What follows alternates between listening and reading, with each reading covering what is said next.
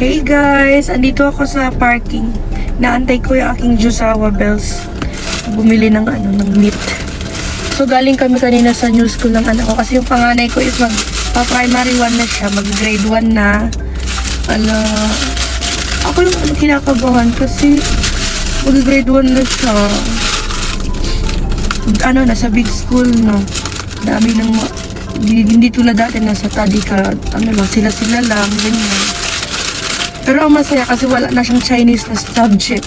Kasi dati nung sa study ka, kahit nagtutuition siya, nagtututor siya, ako pa rin minsan nagtuturo ng Chinese.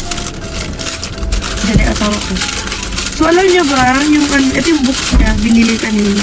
Alam niyo ba, yung nila dito, yung notebook nila dito binibili sa school. Hindi tulad sa atin na pwede tayo yung bumili tapos may mga mukha ng artista or Barbie. Dito ganito yung mga books nila, kakaiba. Pare-pareho sila. So ayan, alis na kami dito yung asawa ko. Say bye. Bye. Bye. Larga na kami. Maulog kayo. Bye.